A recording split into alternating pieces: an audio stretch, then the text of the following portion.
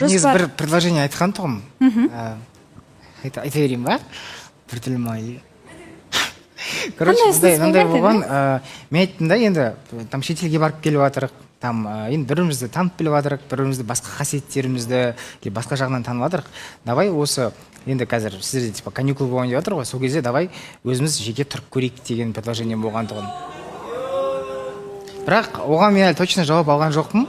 В общем, сондай болып тұр, бір қызық болған деп тұрған сияқты ма, білмеймін енді. Яғни сіз жоқ, андай ғой, короче. Просто если даже өзінің үйінде ұйықтай берсе де, просто біз бәріміз бір жерде больше уақыт өткізетін, сондай, короче, нәрсе ойлағанмын мен. Осыдан 2 ай бұрын ба, 1 ай бұрын ойлағанмын. Үйленіп барып бірге тұруға болмай ма? Жоқ, ол жерде тұру емес, на самом деле, тұру емес. Олай ғой, короче. Ол үйінде ұйықтай береді. Просто күндіз или там больше уақыт өткізетін жер деген сияқты. Просто мысалы қараңыз, кейбір адамдар үйленеді да, сосын бір-бірімен тұра алмай қалып жатады да, мысалы. А біз каждый раз әр жерге барған сайын бір-бірімізді больше танып жатырық да, мысалы.